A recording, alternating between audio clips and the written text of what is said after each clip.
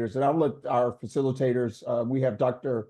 Garfield CUNY, who's a new member of 100 Black Men. Welcome, Dr. CUNY. He's a maternal and fetal medicine at White Plains Hospital. He's a board certified maternal and fetal medicine and obstetrics and gynecology. Excuse me, Dr. CUNY. He's a native of Jamaica.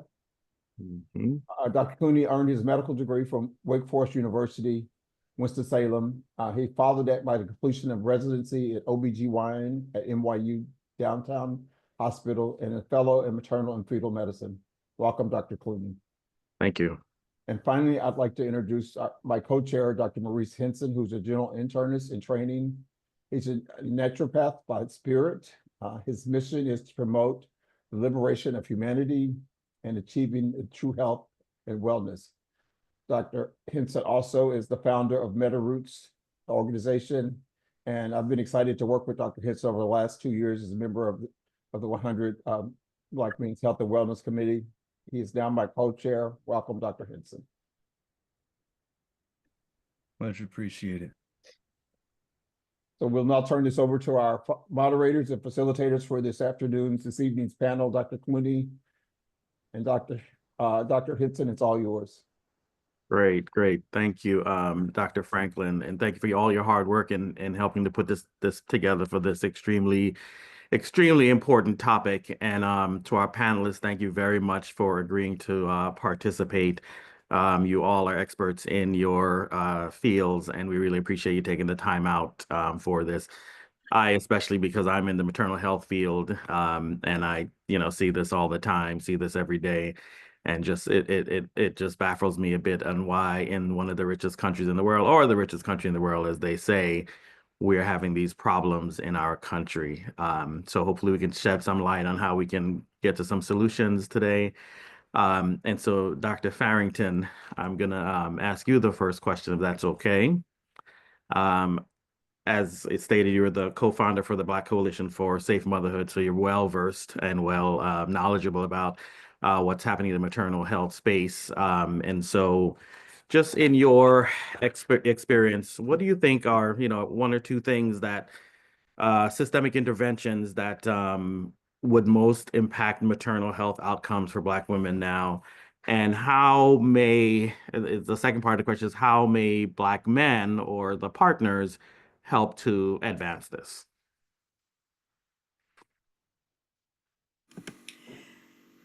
Well, I'm really excited about this meeting tonight because I have basically two ideas that I think that the 100 Black Men can really get with and share, and that is education and support.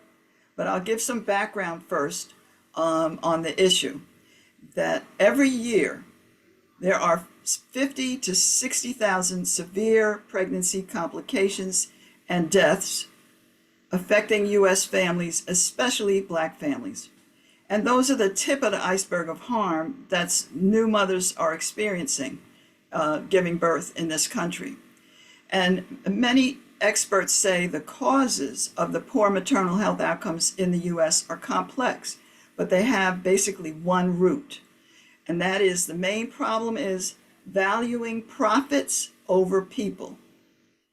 And then on top of that, the Black-white disparities are not surprising because Black lives have been devalued in our country for centuries. So there's the devaluation of Black lives causes the disparities, and overall, our maternal health landscape is the way it is because we value profits over people in this country. And as Dr. CUNY said, we know that we are in a rich country, so it's very strange. It should seem strange to everyone that 80% of maternal deaths are preventable. So why should we have many times the death rates of other wealthy countries? And I'll give you three basic reasons. And these are things that we hope will be addressed, but these are not going to be in the immediate future. We have a lack of midwives. We have a lack of universal health care coverage, and we have a lack of paid parental leave. Parental leave and support is what's needed because most of the complications and deaths are occurring after the birth. So after birth, we need to, women and even husbands, spouses, fathers need to spend more time with their family at home. Now, Black women are having worse outcomes because of racism. Racism through the life course causes stress, which impacts physical and mental health. And we have racial discrimination in the healthcare system, which is contributing to Black women dying at much higher rates. And it's not due to poverty, okay? It's not due to lack of education or even medical risk factors. If you hold them steady, you'll see more Black women dying than white women. Black mothers who have college degrees have 5 times the rate of maternal death than their white counterparts. Now let's focus on New York State. In New York State, the Maternal Mortality Review Committee reported last year that discrimination contributed to 46% of the maternal deaths in New York. And 50% of healthcare workers have observed discrimination that impacted the care of the patients in their hospital. Surveys of mothers consistently show that overall 15 to 20% of mothers are reporting mistreatment in their care, giving birth in hospitals. And 30%, so twice as many Black mothers report mistreatment in hospitals. And overall, and this is from the CDC, 45% of mothers are reluctant to ask questions. So this is the kind of atmosphere women are giving birth in. Now there are interventions. So to answer the question, there are interventions within hospitals and in medical education, but these are very slow to get the changes that we need to see. There's resistance to change, and there's a lack of political will to do what's right. You may know about the bill, the Momnibus, has been in Congress since 2021. That bill would alleviate the situation, but we know that's not going to get passed anytime soon. We do have a movement for respectful care, respectful maternity care, and that's going on among the nurses, and there's modules in respectful care for OBGYNs to study. So we have that is started. There's a lot of attention being paid to having doula support. Doula support, they educate, they comfort mothers. So these are the initiatives that are showing promise. And these are the initiatives that the community can get behind. So the way I see it, the most immediate change we can expect in the experiences and outcomes for Black mothers and Black birthing families is going to come from within our own communities. This is an SOS situation. Save ourselves. And Black men can be co-leaders in this movement. That's because if we're informed and involved as patients and partners and families, be educated about pregnancy and birth, we'll have knowledge. Knowledge is power to make informed decisions. And we need to be informed and involved to exercise the rights to safe, respectful, quality care. So consumers of healthcare can be knowledgeable about their human rights to quality care. We can be skilled, everyone can get skilled in asserting rights to care that is person-centered and free from discrimination. And men can ensure that mothers are wrapped in a cocoon of support so they can heal from the stresses of growing up Black or living as Black in America. So I look forward to the rest of this panel discussion as we go through the many options for Black men and 100 Black men to get involved in improving Black maternal health. Great. Thank you. Thank you so much, Dr. Farrington. I'm going to follow up a question with you about the engagement of Black men in the process. I myself, I see patients every day, and I see who walks in the door, and I would say the majority of my patients come in by themselves. And so it always makes me wonder, what's the situation? I know, living in the United States, living in New York, especially, it's expensive, it's hard. People have children, people have obligations, they have to work.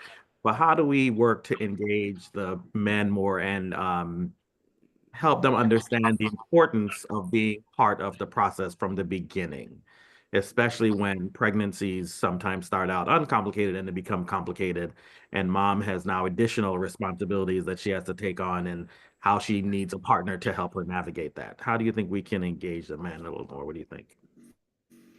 So I think we have to let the mothers know first that they need to have someone with them in those appointments. Everyone's going to get better treatment with a support person there. Just today, I was on the phone with my sister to seeing an oncologist. So and she said, "Oh, I have my sister on the phone." And we might not always be able to say that my sister's a doctor, but we can say my sister's concerned about my health. And so I have her on speaker. So we don't have to be, so you can say my husband is here or my partner is here. Or, you can be saying some relative who's is got your back, is there to help you make space to ask your questions, etc., and get that extra personal attention from that provider. When you say, I have someone else here with me. So even if you're not able to be there in person, spouses, partners, dads, they can be involved in the care. And we in our workshops, we talk about how part of being a better advocate for yourself is getting help to tell your story. Have that support person in the room on speaker, or if they can't come in person. So I hope that answers the question. It's basically reaching everyone in the community and letting them know, hey, you need to bring someone with you. That's really important. I think that is key. I say that a lot to everyone because I know I've had to accompany some friends during their healthcare challenges. And if I were not there, not that I'm anybody special, but if I were not there to sort of help hear what the doctor is actually saying, teach back and relate it to my friend in a sort of a way that could be understood, sometimes, the healthcare process or the process doesn't really translate to the patient. So that's great. Dr. Hinson, I'm going to kick it over to you. Yeah. Much appreciate the insight, Dr. Farrington. This question is really to engage the fathers and what we can do specifically. So, Mr. Henry, in your experience, what are the most effective ways that Black men have supported maternal and infant health? And how do you imagine we can scale these best practices so that it's more widespread? Yes. I would say that there has to be a mainstream switch of involvement, meaning to say that fathers need to understand that their presence is not only welcomed but necessary. I was working with Black mothers for 6 or 7 years before I actually gave my story. I was serving as the videographer. And then finally, I shared my story once, some complications that I had. And that's what kind of moved me into the position I am now, and to speak with other groups like 100 Black Men. And then what I found once I started speaking is I'm not alone. So what did I realize is that sometimes men feel emasculated, sometimes they feel defenseless, sometimes they feel like they can't be helpful, and that might make them feel small. So what they have to do and what they have to realize is they need to educate themselves with their partners and stay involved in the process.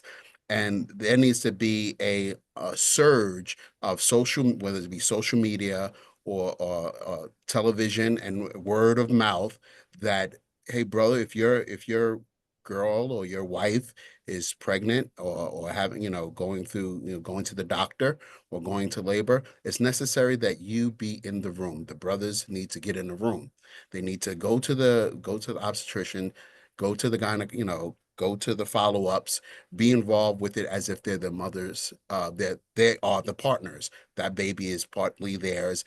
They need to share that responsibility. So there just needs to be a switch in terms of mentality, and how that could happen is just word of mouth. And again, even if it just comes from groups like us, we need to tie ourselves in together, because there is a wave of organizations that's popping up along lines of this. Like, let's just say Charles Johnson, he started with Care for Kids, and now it's Care for Dads as well. And Carl wrote down in Georgia, he has Reaching Our Brothers Everywhere, Robe, and they're all the way. Sometimes they even teach lactation skills, and we understand that there's a doula or doulo movement going on, and some brothers are even trying to be midwives. So the men are out there doing their thing. We just need to connect the dots with one another, let everyone know that this is happening, and brothers just aren't standing by, that they are involved, and their position is being in the room with their partner. Appreciate that. I'm curious if Ms. Woods has anything to add to that.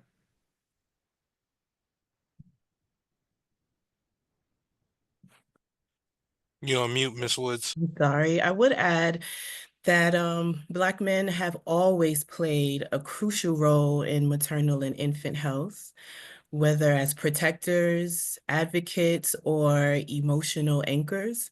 The difference now is that we're being more intentional about recognizing and amplifying that role. I think that the most powerful ways that men can show up are through advocacy, through their presence, and through knowledge. Advocacy means speaking up when a mother's concerns are dismissed in medical settings. Presence means that engaging through pregnancy, attending visits, prenatal visits, understanding the risks, and supporting postpartum recovery. And as far as knowledge is concerned, knowledge is knowing the history of Black maternal health disparities and the importance of culturally aligned care. But we have to be real, right? Because there are barriers to that. Hospitals don't always censor fathers. Work schedules can conflict, and some men feel unprepared to advocate. So we shift that by educating the providers to include the fathers as part of the birth team, not just a visitor, right? We can also do that by creating father-focused spaces like prenatal classes and support groups, and encouraging men to take up space because their presence is life-saving. I've seen fathers completely shift birth outcomes just by being informed and speaking up. And at the end of the day, the Black men's presence in birth isn't optional, it's essential. And the more we uplift that role, the more we create lasting change.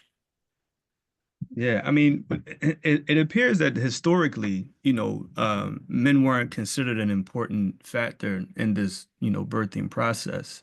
And so what I hear from both of you is that, really what needs to occur is a cultural shift, which tends to be the most difficult type of transition to make, right? You can, it's almost easier to change someone's name and change someone's gender and change someone's occupation, but changing a culture, changing, someone's expectation, changing someone's role takes a tremendous effort. And what you both highlighted, and which I appreciated, is how education, plays an important role in initiating that culture shift. I would be inclined to really ask the resources that are available out there for Black men to be better educated about the birth process and what their role is in terms of advocates during this process. And I'm sure we'll get there towards the end, but what I want to emphasize is the importance of educating yourself and being present. I think that we can't understate that those pieces enough. And so I do want to kick this back over to Dr. Clooney to move us on to the next segment. May I just say give me 30 seconds? Yes, sir. Because Absolutely. almost preparing for exactly the question that you just presented, Dr. Hinson. I just moments before we started the chat, I just literally Googled Black fatherhood support. And it literally populated. Not only did it have an AI answer that populated with the sidebar with the groups that help out, it also went at least 2 pages in of Black groups throughout the country. So I believe not only those are there are resources available, whether it be whoever sponsoring them or endorsing them, but it just has to be the knowledge, which is the core of everything here, to go seek it. And I think that the call has to go out that the brothers need to get in the room. The resources are there as even though they may not be well known, but like as I said, the same way you could look for a restaurant, you could look for a support group for Black fathers. Yeah, no, that's great. And I was going to echo and say, I think this dovetails very well into the 100 and our sort of philosophy. We're 100 Black men, and we need Black men to be more engaged. And so, like you said, you Googled and you saw the networks all over the place, but maybe there's a role for us as 100 Black men to bring this to the community in ways that we can sort of put it there so people don't have to go look for it, going to community centers, churches, so on. To get it to the men in the communities and let them know how important it is for them to be part of the birth experience. And we're talking a lot about fatherhood. And before when we were sort of talking about what to do, I was thinking fatherhood. It sounds like when the baby comes, right? But fatherhood to me is really when the egg and the sperm meet, right? When the pregnancy starts, that's when fatherhood really starts, because the mother immediately her body changes and she goes into the process of developing a child and growing a child and pregnancy and all of that comes with that, and she needs support. And so with that fatherhood role, I think we should really make sure that it's known that starts from conception, really. um I wanted to circle back a little bit. There's a question that came from the audience that was from Dr. Farrington. I just wanted you to weigh in some more. They're asking about, Dr. Farrington, you were talking about the 3 main reasons for maternal death, and you talked about profit over healthcare and so on. And can you just expand on those again for us? I think I'm unmuted now. Can you hear me? Yeah. So let me just X out of this. I got a message here that I'm muted. Okay, that's gone. The profits over people. So if we really wanted to improve maternal health in the United States, we would have passed the omnibus in 2021. If we go back historically, I mean, you really want to delve into why we don't have universal health care coverage, why we don't have midwives the way they do in Europe and every place else in the world, why we don't have paid maternal leave, paternal leave, parental leave. It's called paid parental leave in a lot of places. We don't have these because it costs money, because the hospitals make more money the way they are now, as opposed to if they had if they had less procedures, less interventions, they wouldn't make as much money. Birth was moved into hospitals and under the purview of doctors, so that birth could become a business. This happened 100 years ago. So you could go to books like the 1619 Project. You could look at the Medical Apartheid by Harriet Washington. And you can look at the reason we don't have universal health care is they didn't want Black people to have health care. So they restricted it. They put a 20% deductible on Medicare when they finally came out with that. I don't really want to get into the history of it so much as to focus on solutions. I tend to focus on the solutions when I give talks, when we have workshops.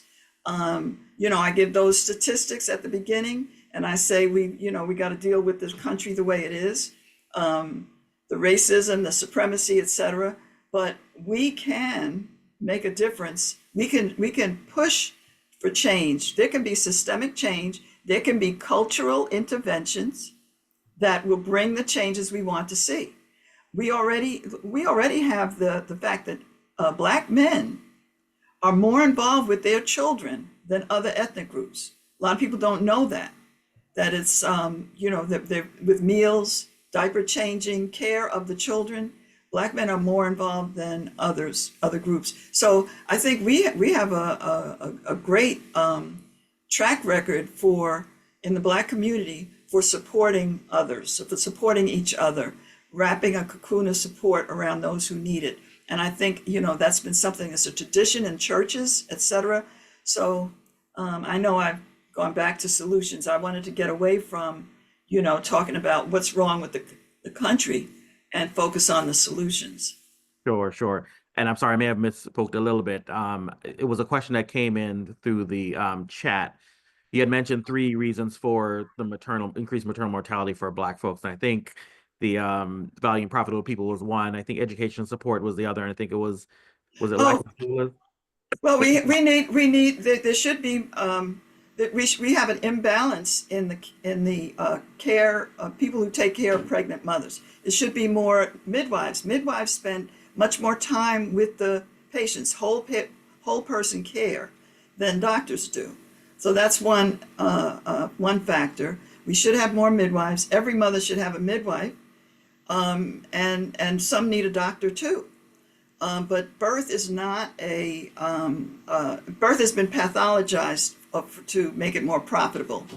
So that's that's one issue. So we need more midwives, but there's not enough support for midwives. And Black midwives, there's so many women who want to be midwives, but they can't. They're working, they have children, and it costs a lot of money to go back to school.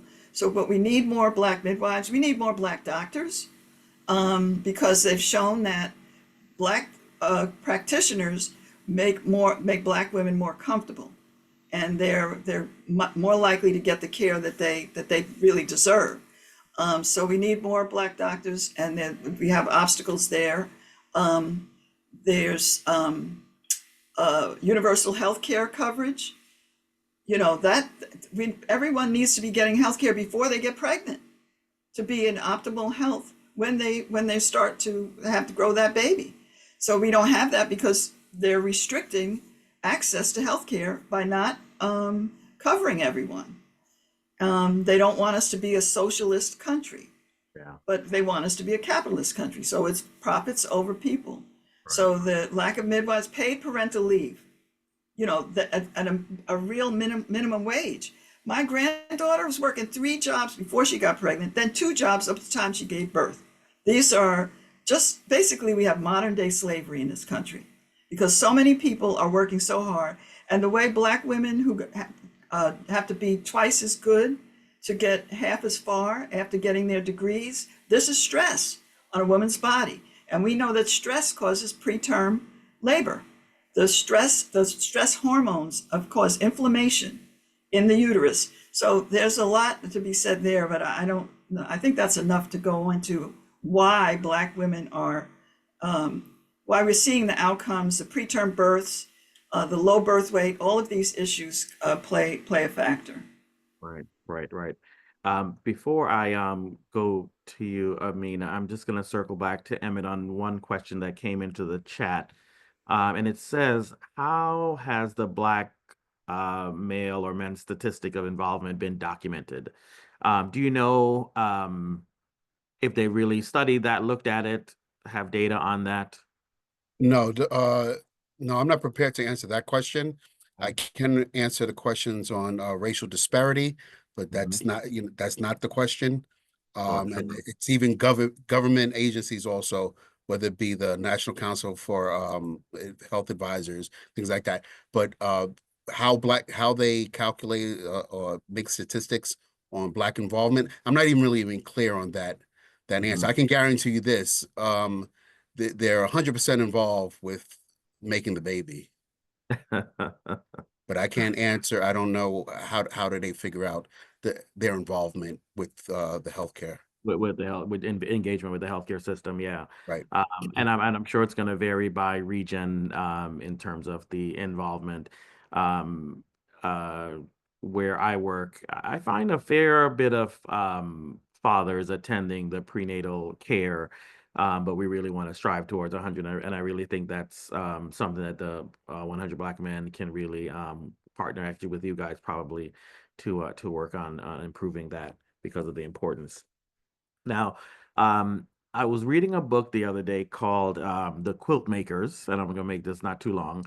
Are you familiar, Dr. Harrick? I hope I didn't get to the end of the book yet. I'm only about I read the book. It is amazing. It tells the story of how you can eliminate maternal mortality, how you can support Black mothers as a village. It takes a village. That's basically the point of that story. It's a wonderful book. I wish everybody could read that. Yes. Yeah, The yeah. Quilt What I was Makers. gonna say was it's based on an anesthesiologist who has a very bad case with a mother who almost dies in childbirth. And she has also some challenges of racism within her job and so on and not being respected. And she just needed somewhere to go to get refreshed and rejuvenated. And so she decided to go back to her hometown in a small place in Georgia. And there she meets up with her, some of the folks who helped raise her. And as she was traveling down to Georgia, she said, you know, there's all this talk about maternal mortality and stuff. And I don't remember that when I was growing up. And what is it about this area why we don't have it? And so she engaged the women down there, the ones who helped raise her. And like I said, I'm only about maybe about 2/3 through the book, engaged them. And they started to talk about how, you know, they have this network of support within the community when someone gets pregnant. And so, Amina, I wanted to talk to you about that because, you know, living in New York City and the big hustle and bustle, I mean, everybody's busy, everybody's got stuff to do, everybody's got 100 problems. You know, how do we start to sort of slow down a little bit and work to support, you know, our pregnant moms? Absolutely. So when we talk about Black birth traditions, we must remember that our communities have always had ways of supporting and protecting birthing people. Birth wasn't just a medical event, right? And it was a collective experience, a sacred one. But today, too often, Black families are pushed into systems that don't honor that. So we're seeing now a return of some of those traditions, especially through the work of birth doulas, midwives, and community-led support. And so I'm thinking about grassroots and cultural practices, right? One of the biggest shifts that's happening right now is the rise of Black birth workers reclaiming that space. We're talking about doulas, midwives, lactation consultants, people making sure that birthing folks are heard, valued, and feel safe. And this isn't just about comfort, it's about survival. Studies show that when Black doulas are involved, medical interventions go down, birth outcomes improve, and families feel more in control of the process. And to speak to the question around research about fathers' presence in birth outcomes, we can talk about fathers and partners because their role, as we mentioned, is critical. There is research backing that what many of us already know, that when dads are involved in prenatal care and birth planning, the stress levels drop, the birth outcomes improve, and that the foundation for strong family bonds is set early. But again, we have to be real because too often the system sidelines Black fathers. So I know we mentioned about a need for a cultural shifts because hospitals per se don't always create space for them. And sometimes fathers don't feel confident to speak up. That's why we need more father-focused education, more advocacy spaces, and just more real conversations about what support actually looks like. Thank you for Um, that. Mhm. So I just wanted to add as far as what that support would look like in real time.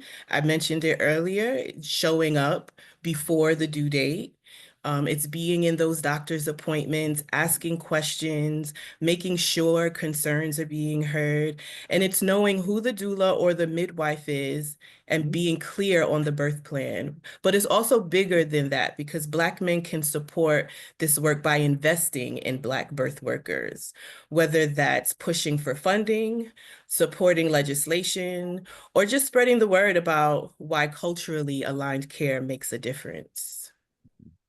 Well, that's excellent.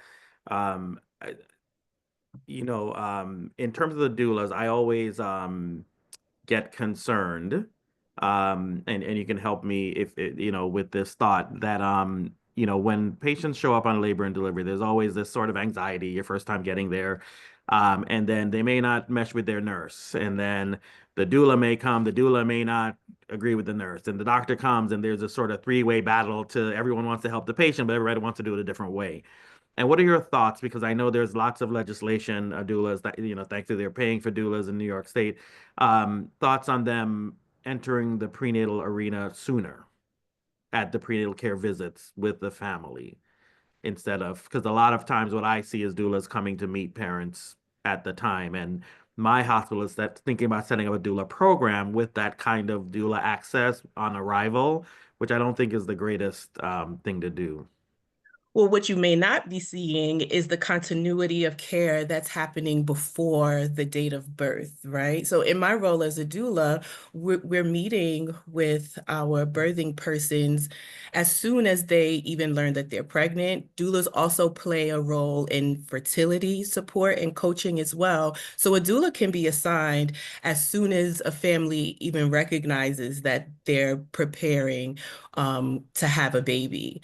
And so the unique role that roles like doulas and midwives play is offering that continuous quality care before birth, during the birth process, and during the postpartum period. So there are wellness check-ins, birth planning conversations that are happening, coaching, and family preparations, particularly with the dads. Our role as a doula is not to replace the father at all, but to partner with the father and help to coach him so that he can be able to practice elevating his voice at a time where mom isn't able to do so.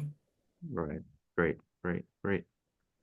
Yeah. Um, I wanted to go back because you brought up a good point about it not just being about the father and speaking up and being present, but also on a legislative level. And I'm curious if there's anything that we should be supporting. I know there are a number of different proposed legislation, one of which Dr. Farrington mentioned earlier. I know on a national level, there's also Midwives for Moms, that act, which is currently in assembly, I believe. But even in New York, there's been a lot of push to change how midwives gain accessibility and gain the ability to practice in New York State, because currently their licensure doesn't allow a full state license. And so I'm wondering what sort of things that we can get behind, that we can go to our political officials to say, hey, look, we want to support this because we do think that this will move the needle forward in the right direction.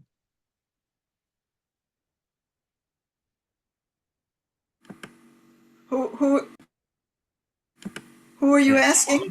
Anyone can really take that question. That's for anyone.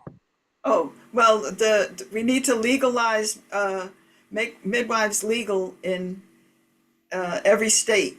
And we need to start building more birth centers, whether they're led by physicians. A lot of times you have obstetricians running a birth centers with midwives staffing. We need to integrate midwifery back into birth care in the United States, and we need more access to birth in community, like it used to be. As long as you have standards to be able to know when someone needs to be transferred to the hospital, and you have smooth transitions from birth centers or from home to the hospital, that has been shown to be a very safe and more satisfactory way to go for many women who don't have any significant medical issues. So, so we need to get behind, we need to support this establishment of birth centers, and we need to support the full legal status for midwives of all types. There's different types. There's certified nurse midwives who are basically trained to support birth in hospitals. And then you have certified professional midwives, licensed midwives who are not nurses. You don't have to be a nurse to be a midwife. Then they support birth outside the hospital. So this all, there needs to be a more integrated approach to prenatal care and birth, and we would see better outcomes, and mothers would be happier if to have those options available. And since we have maternity care deserts, especially in rural places, then we can solve that problem. But there's a resistance there's so many people who say, oh, we don't want that, we don't want to, it's not safe to give birth outside the hospital. There's resistance for that reason. So that's, I hope that answered the question. Was there any to a degree, because I'm looking for actionable steps. We're talking about what we can do as Black fathers to support our women and children. And, if we are in any way, shape, or form politically connected, or just by way of our vote, is there anything currently, whether it's in New York State Senate or on a national level, where we can say, okay, let's go to our political officials.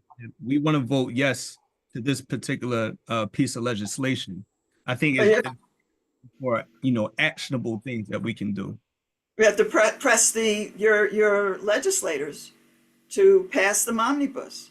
Vote for the people who are in favor of a living minimum wage, for expansion of Medicaid in the states where it wasn't expanded. Those are the things. There's a bill in New York State legislature about midwives' access to full range of their scope of their practice. So you can look for those bills that are in the pending legislation now, and reach out to your representatives to push for those. That's one thing that you can do. Yeah, one thing like you said, I think is a good resource. Well, the best resource I think is going to the page for the borough president. That's what I do every now and again. Go to the borough president's page for all the boroughs actually in New York City. And most recently, I think it was Dr. Franklin who sent it out. Vanessa Gibson put out a 100-page document on improving maternal health in the Bronx, because as we know, we talk about maternal mortality being 2 to 3 times higher for Black women across the country, but in the Bronx, it's like 9 times higher, and so that is just ludicrous when you think about it. And one of her things that she's really pushing for is having a birthing center. And, I really think that, again, we as the 100, I think we have a network across the city that should be able to meet with her, meet with other legislators, and help them push that agenda that we believe in. Because I think birth centers is one of the answers, and we just need support to get it across, I think. And there's people in the Bronx who are trying to get it done. Yeah. We know them because we've worked with them. Dr. Carla Williams, doula and birth justice activist Mila Flores, the young man Bruce McIntyre, who's lost his wife a few years back. They banded together. They have the center that they're want to expand into being a birth center. So that's been going on for years. We can get behind that, certainly, and that's in the Bronx. Yeah. And I just wanted to add that what the Momnibus covers is advocating for culturally responsive care, right? That's why it's important for us to advocate for the expansion of access for birth centers and midwives and doulas, because that's what culturally responsive care looks like. And so we need to advocate for that in hospitals and clinics too. One other thing that could be advocated for is pushing for racial bias training for healthcare providers. It's about ensuring that the people in these spaces really understand the unique needs of Black families. For Black men, it's about showing up for the families and demanding better care and making sure that the culturally competent is non-negotiable. And by advocating for legislation such as the Momnibus, that's what you're doing, is advocating for that type of care. You know, just in conversation, talk on the conversation with all of us. I worry about the political climate right now, and the Momnibus has been sort of trying to get through Congress for a while. The Mamas Act, which is from the representative from Illinois, has been trying to get through, and these all have support for maternal mortality review boards, which sort of look at all deaths in terms of not for punitive reasons, but for where can we get improvements, and you know, establishing emergency room bundles that we teach ER docs in maternity deserts how to take care of pregnant women, how to do deliveries and get the patient out of there safely, and so on. And so I think, given the climate, I was wondering what your thoughts are about being more effective locally than nationally.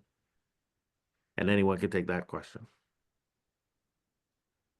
Well, I need to tie in a couple of things from 10 minutes ago. Sorry about that, sir. Go for it. Yeah, but the conversation is so great. The words are prepared, and also you know, the medical field looking like it's a business. But us at the Black Coalition of Safe Motherhood, there's this Earth app. I just put it in the chat, and that gives you the opportunity to be a smart shopper. You could parents and parenting couples can literally pick where they want to go and look at and the Earth app is supportive. It's almost like a review, like a Yelp review for delivery centers and healthcare facilities, you know, whatever region you're in. And you could literally pick where you want to go and to have your baby birthed and that nature. Be prepared to play the game, and you don't have to run into a situation where you're running into difficulty. You can pick a place where the reviews are a lot better. We strongly suggest that the use of that app. Excellent. All right.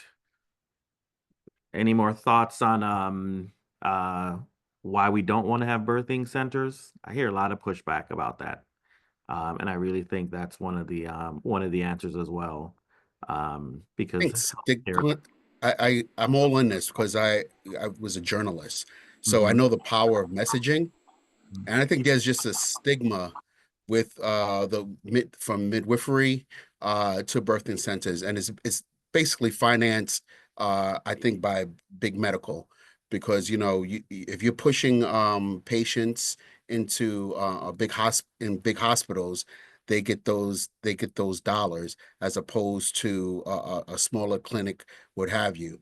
And so that's what I think it is. I think there's an underlying financial aspect towards who's against it, and it's just literally the man behind the sheet. But statistically, I believe one quick story, and please, doctor, you know, the guy, you guys are doctors. December Weiss, that's the doctor that discovered the germ, right? December Weiss? Ignaz Semmelweis. Right. Semmelweis from Right. Austria. So not only did he also ran a, thank you, Leslie. He not only did he came up with a study as well, where he had a clinic of midwives and a clinic of doctors for maternal deliveries. And I believe the doctors were 3 times more likely to have deaths than the midwives. And it all came to the amount of care he did. Look into it. There's more. They had 20. I know the numbers. The midwives had a 2% death rate, and the doctors had 20% death rates in that same hospital. But the doctors in training were doing post-mortem examinations of women who had died from sepsis, from puerperal sepsis, infection from birth. They would examine them in the morning, go with those same hands, they would then go to live women who were in labor and examine them. The midwives didn't do postmortems, and the midwives didn't do that many exams of women in labor. So Ignaz Semmelweis showed that if you washed your hands, you could save lives. And he had these doctors wash their hands. He was their supervisor. He made everybody start washing their hands before they went to the labor floor. And they reduced their infection rate down to the rate of the midwives. And so, but the doctors at that time did not listen to Ignaz Semmelweis. So they didn't start washing their hands. They said, we couldn't be the vectors of death. That's not us. We're doctors. And nobody started washing their hands until Pasteur came along like 30, 40 years later. Think of how many people died because the doctors wouldn't listen to Ignaz Semmelweis. So the end all be all in 10 seconds was that, forgive me guys, but doctors don't know everything. And midwives have the capacity to do to give safe deliveries, but I just believe that there's been a stigma cast over midwifery and doulas that you're going to see go down the road and get the mama with the red bandana and she's going to come and deliver the baby. We have to move away in advance from that notion.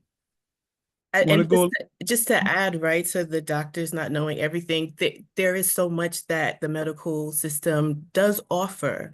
Technology to detect any complications before the birth. In the event of a crisis or an emergency, surgery can be done, but the doctors aren't the expert of birth. I think historically, our healthcare system has positioned themselves to be the expert of birth when midwives have been birthing this nation long before the healthcare system and hospitals was even established. And that was based in, and I think the expertise of midwives and doulas was exemplified in the story that Dr. Leslie told. And didn't they commit Semmelweis to like a psychiatric assessment because of what he was sharing about his findings in regards to hand washing and births? I think he went crazy because nobody would listen. I think that's part of the problem. So it was a financial move 100 years ago to say midwives are dirty. Most of them were Black women. They're uneducated. They're dirty. You don't want to give birth with them. You want to come into the hospital. So we bought that story, and basically the American public has been bamboozled for 100 years that there's something wrong with going to a midwife or to have a baby in a birth center. You're safer in the hospital. Basically, they're saying you're safer in the hospital, you're better off in the hospital. Now, you are safer for some things, it's true, but most people don't need to be in the hospital. And the numbers don't lie. I mean, look at the death rates are 10 times lower in places where midwifery is integrated into modern obstetrical care. Now I'm curious, going into this, the birthing center idea, what's the relationship, what's the sort of the mentality of OBGYNs embracing doulas and midwifery as part of their practice? Because I'm sure that relationship also plays in at least somewhat into the availability or the idea of integrating these two disciplines. Well, I mean, from my standpoint, I think the pendulum swings back and forth. I think worldwide, midwives do the lion's share of deliveries. I mean, it's in this country. I don't know if there's any other country where OBGYNs participate in so many normal, quote unquote, deliveries. But in terms of integrating doulas, I think that is something that is really being focused on right now because of I think it's more the ability of doulas to, I guess, by their training to connect with the patients and really follow through. I mean, I find as a physician, I try my best, and I don't want to personalize this too much, but it's a lot. And doulas really and midwives really serve a great service in that regard because they follow, you know, the patients actually as well as they go home. And as we know, it's 50% of the mortalities and the issues happen after the patient leaves the hospital. And so that's a very important thing to look at. So I think the medical community is starting to embrace midwives and doulas a lot more now. And there are different types of midwives, and I think that we are really advocating for midwifery in all shapes and sizes and forms, but also obviously the training, adequate training, which is done, which we can find. I think that there's a lot of, you know, as propaganda goes, when folks say something negative about something, that lingers on and happens to keep going. But I think midwives and doulas serve a really huge function for OB, and I think that role is going to increase as time goes on. Now, Courtney Bennett had a question. I don't know if he's still on the call. If you do, you can please ask your question. I hope you're still here. Good evening, and I want to salute the Health Committee for pulling this together. And we're an organization, We 100 Black Men. We're an organization that mentors young people. And we have a scholarship program with amazing young people in it, and a couple of high school programs that meet every Saturday. And midwifery and doulas are topics that most people don't hear about until they are ready to give birth, and they're presented as options in whatever way with whatever stigmas attached, or they don't hear about it at all until it comes around in some kind of discussion like this. How do we get this information in front of our young people, most of whom are young men, high school and college age? But how do we get this information in front of them so they can think of it as part of their options when they do reach those ages where they are getting married, having children, and have to have conversations with their wives, hopefully, when they're doing such? Oh, I would encourage the use of the For Kira for Dads app that educates men on pregnancy, birth, and postpartum, using sort of sports themes to engage men. They divide it in quarters. First trimester is the first quarters, second trimester. So that's one thing you could start to introduce them. It's in animations. So that's one way to introduce it. And I think all men who are thinking about having children or whose wives are pregnant, that's a great way to be educated. It's a free app for Kira and it's at the website for Kira for Moms. And they have it within that website. You can sign up for Kira for Dads. So educating them that way, bringing people to speak at your Saturday meetings.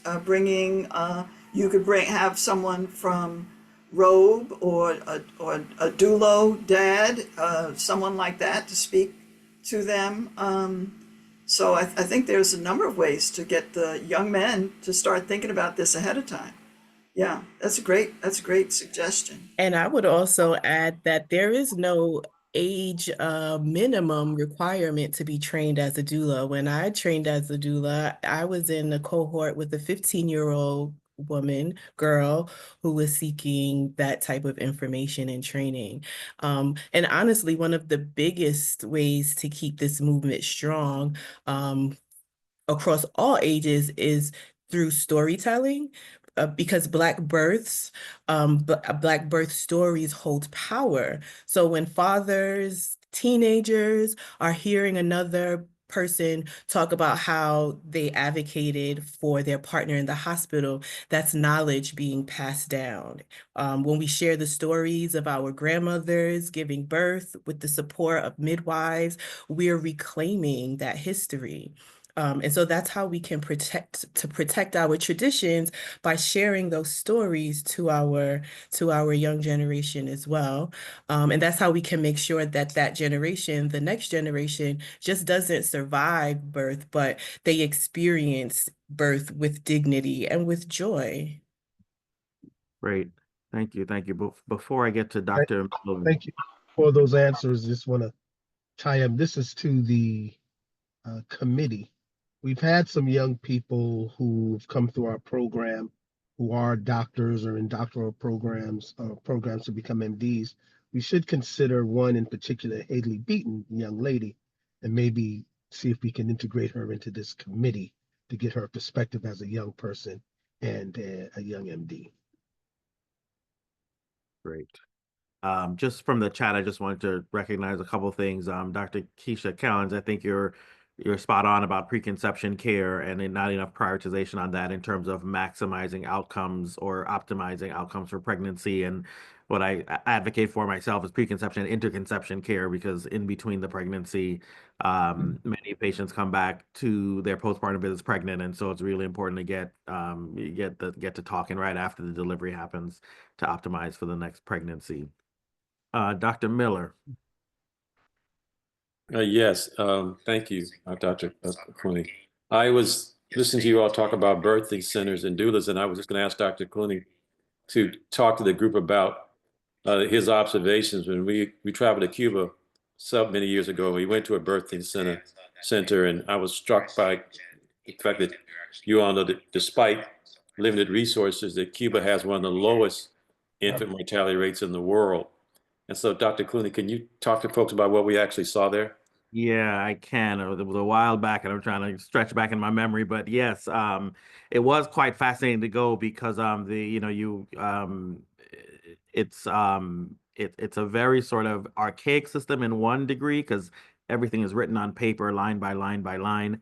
But when you interview and talk to the women who are actually there, patients are Cuba prioritizes pregnancies and deliveries. They prioritize their population and they want to grow their population. And so women would be admitted to the hospital because they have anemia, right? And for women in the United States, if you have an anemia, you're lucky if the doctor even acknowledges it, versus the treatment is really tablet, iron pills and your diet. But they actually admit patients to these things, and they, no matter what your issue, even if you're a young woman, any complication or any small thing you have, they admit you there, and it is again, they're midwives that are taking care of the patients and delivering the patients.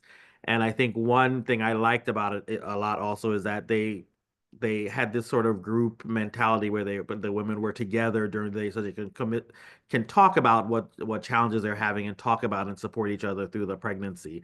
And so I think they, in my mind, they take it to the nth degree. I mean, admitting someone to the hospital for simple anemia is going very far, but I think they're paying attention to how serious pregnancy can be, and trying to get ahead of the complications that can happen.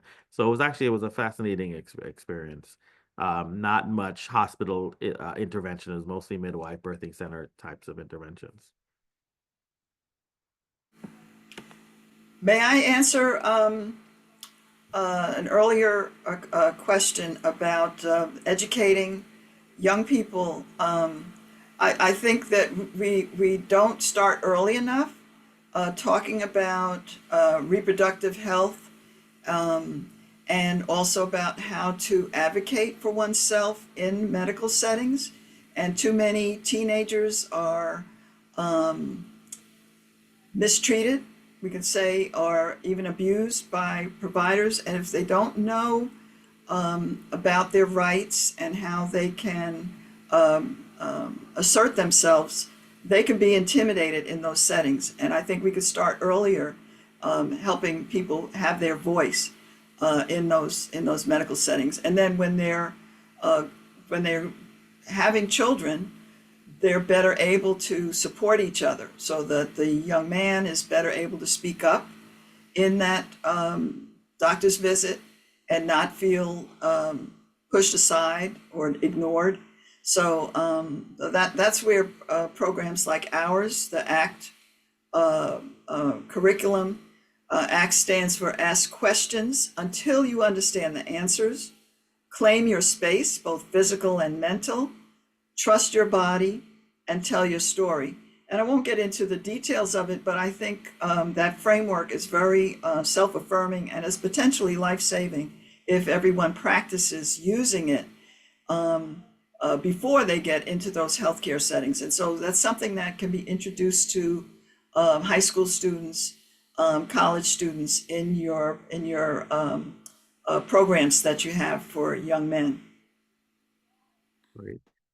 I wanted to look in the in the chat. There's Donald's iPhone. I know who Donald is, but you had mentioned about mentoring programs in Latinx churches, and I wanted you to expand on that, on your thoughts on that. I think I saw you on here still. In terms of educating I think you may. That's gotten Well, off.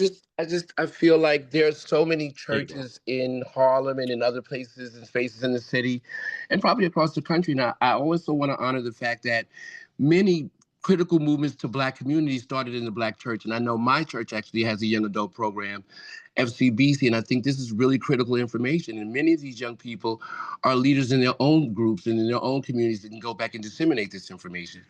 Right. Absolutely. One tell the other, absolutely.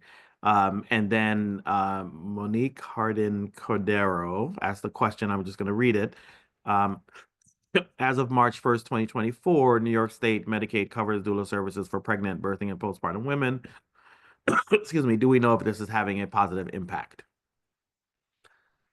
Who wants to weigh in on that? I can say that New York State, I think they put out their I forget the actual committee who put out, but they put out their findings on what's happening with maternal health recently, probably about 6 months ago. And actually, there's a slight downtrend in poor maternal outcomes. But the thought is that during COVID, outcomes were so poor because there was such limited access to care and there was such disparities in what was available that the numbers went up so high. And this is sort of a correction factor, almost like the stock market. So it's not really going down. It's probably just a correction factor from COVID. But I do think that there is going to be, I think there is going to be a positive impact. We just need to give it enough time and support. That leads me to just thinking briefly about other ways to advocate. So there was a discussion earlier about advocating for the momnibus, but also advocating for Medicaid coverage of doulas and midwives, because only a few states offer coverage for those services. Great. Dr. CUNY, if I may, Dr. CUNY, Dr. Hinson, if I may jump in, and I just want to, first of all, thank our moderators for moderating such a wonderful and thoughtful question and answer with our panelists. I want to thank our panelists. I want to first ask if our panelists have any final thoughts, and then I wanted to just see if, well, let me just ask another question. Are there any more members of this forum who have questions? If you have questions, we'd like to honor your questions. If you want to raise your hand, we'll take a few more questions, and then I'd like to hear our panelists and get their final thoughts. And of course, we have our president, Rob Brown, who's on here, and so I'd like to hear from our president as well. So Amina, we can start with you with the final thought, and then we'll move to Mr. Henry and then to Dr. Farrington. Sure. I would say that if there's one thing that everybody can do this week, is to start a conversation about Black maternal health with someone close to you, whether it's a family member, a friend, or a coworker. Get the dialogue going, share what you've learned, and ask questions and let people know that this is something that we need to care about. We are dealing with a crisis at this point. based on the rates of Black maternal mortality. And the more we talk about it, the more people will start paying attention and taking action.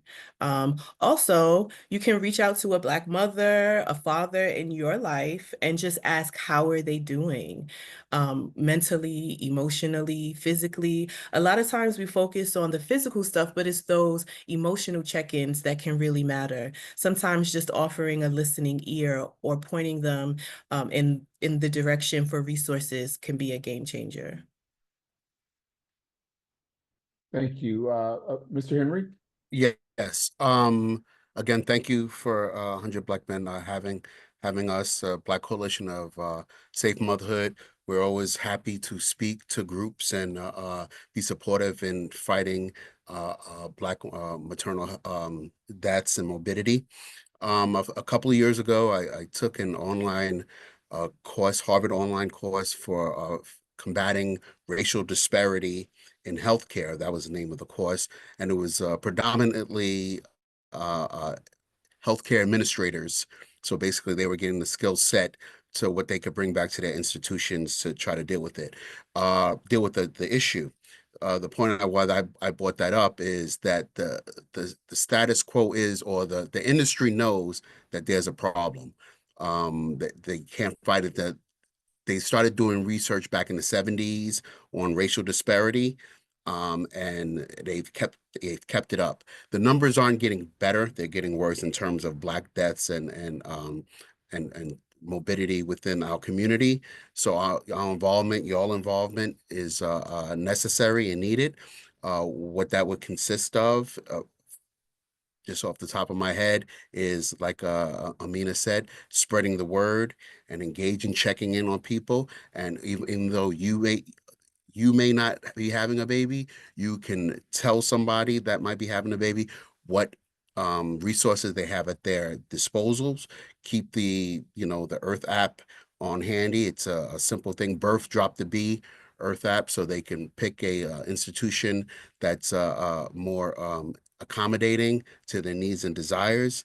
We got to spread the word to catch the fire, and we could have a shift in attitudes and perception. Thank you. Dr. Harrington? While we're mentioning the Earth app reviews, and it's birth without the B in bias. That's how the founder came up with that name. So the Earth app, those reviews not only can help others find the places that are better places to give birth, but the data from leaving reviews. So if every Black couple, their doula, leaves a review, we're getting more and more reviews in that database. That database is now being used by the founders of the Earth app to influence change in hospitals. So they are working with 8 hospitals in 6 states and perinatal quality improvement committees to show them what Black mothers and fathers and their birth supporters are saying about their experience in those hospitals. And that is helping to change the care. So we can, from the community standpoint, with being more assertive in asserting rights, being more knowledgeable about the care, being informed and involved, let's put it that way, informed and involved, gets better outcomes. And doing those reviews, we can move the needle from a community standpoint. So that's my main message tonight is learn how to advocate, learn everything you can about birth, about pregnancy, about whatever medical condition you have, so that you can be informed and involved and be able to make informed decisions about your own care. So that takes a village, and the village can be equipped to get better outcomes for Black families. Thank you, Dr. Farrington. And I will make some final remarks, but I want to hear from our president. And we have several members of our board here as well. So I'd like to introduce our president, President Rob Brown. Good evening, everyone. And this panel, this discussion, tremendous. It really brought me back because I was brought into this world with a midwife, born at home in a little town in South Carolina. This midwife really brought most of the people in my family into this world. So my hat's off to the midwives. I know how important that is. Also, I'm a father of triplets. So we talk about difficult pregnancies and the importance of the father being at every doctor visit. My wife and I, like I said, we're parents of triplets and it was difficult. We had to change providers because I was going to kill the first doctor, okay, because he wasn't listening to her. So it is very, very important that we as fathers, we become, like Dr. CUNY said, we become fathers at when the sperm meets the egg. So I want to thank each one of you on the panel for delivering great information. One of our members, Brian Jones, put in the chat directly to me that a lot of these sites should be put on our website. So he's going to work with our health and wellness committee so that we can put these sites on our website. So either our members or people who go to it, men, or in our case, will know where to go if they need help. So thank you very, very much. I appreciate it. And I look forward to our membership taking advantage of this information. Thank you. Thank you, President Brown. As co-chair of 100 Black Men's Health and Wellness Committee, along with Dr. Hinson, we are extremely proud of the members of our committee that we serve and that we lead. We have a group of gentlemen who are committed not only in their professions but committed to the community. So as we conclude this fireside chat, I want to thank all the members present, my colleagues, my peers, my friends from across the country and here in New York City that attended this forum tonight, our fireside chat. This is not a one-off for us as a committee. We're committed, and as we talk to you, Dr. Farrington, we'll figure out the next steps that we as an organization can do to so more granular in the community. So we're focused on this as an issue, not as a one-off as an organization. We understand the importance of family and the importance of sort of that sacred bond between mother, father, and child. As a son of a mother who was born from a midwife, I was just reminded as you guys were talking that there's a table at my home that my mom was born on. She talks about this table all the time. That's my daddy's table, but it's the table that she was born on in the 40s. And so we have preserved that part of our history, our rich history. And I'm reminded that, even as a history and as a legacy, that table will continue to go into the next generation in our community. So we understand sort of the sacred role that midwives have played and doulas have played in the community. In the turn of the century, there were a lot of prince women that were midwives in my family. And I was happy to see that as I looked through the family genealogy. So to all of you who are understanding my voice, I thank you again for coming out tonight. This will be up on our website, on our YouTube, or on our Facebook. So we will certainly be sharing this video. And as we package it, look forward to us in June as we focus on mental health and suicide. As we look at some of those issues coming up in June. So we'll be, if you follow us and you follow me, then certainly we'll be getting that information out to you. And of course, as we begin to think about more programming that focuses again on Black men and childbirth, we'll be sharing that. I want to go to my co-chair, Dr. Hinson, and let Dr. Hinson close us out this evening. No, I think we can all attest to how invaluable and how educational this program was. And, I just want to thank all the panelists for your time, for your effort, for your work. And I'm sure that the 100 Black men will surely benefit from the continued relationship that we've started thus far. I know there's something that all of us can do. We don't need to be a chairman of an organization or a physician or actually directly involved in healthcare at all to, to advocate for this increase in awareness and change and this crisis that we're witnessing right now. And so I just want to thank everyone for their time. And if there are no other questions, then I think we can adjourn.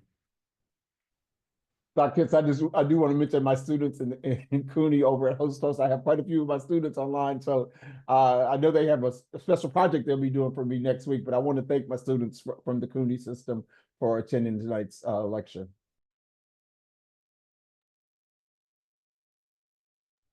Good Again, night, everyone. everyone have a good night. Good night, everyone. Thank you all for participating. Good night. Good night. Thank you for having us. Good night. Great job.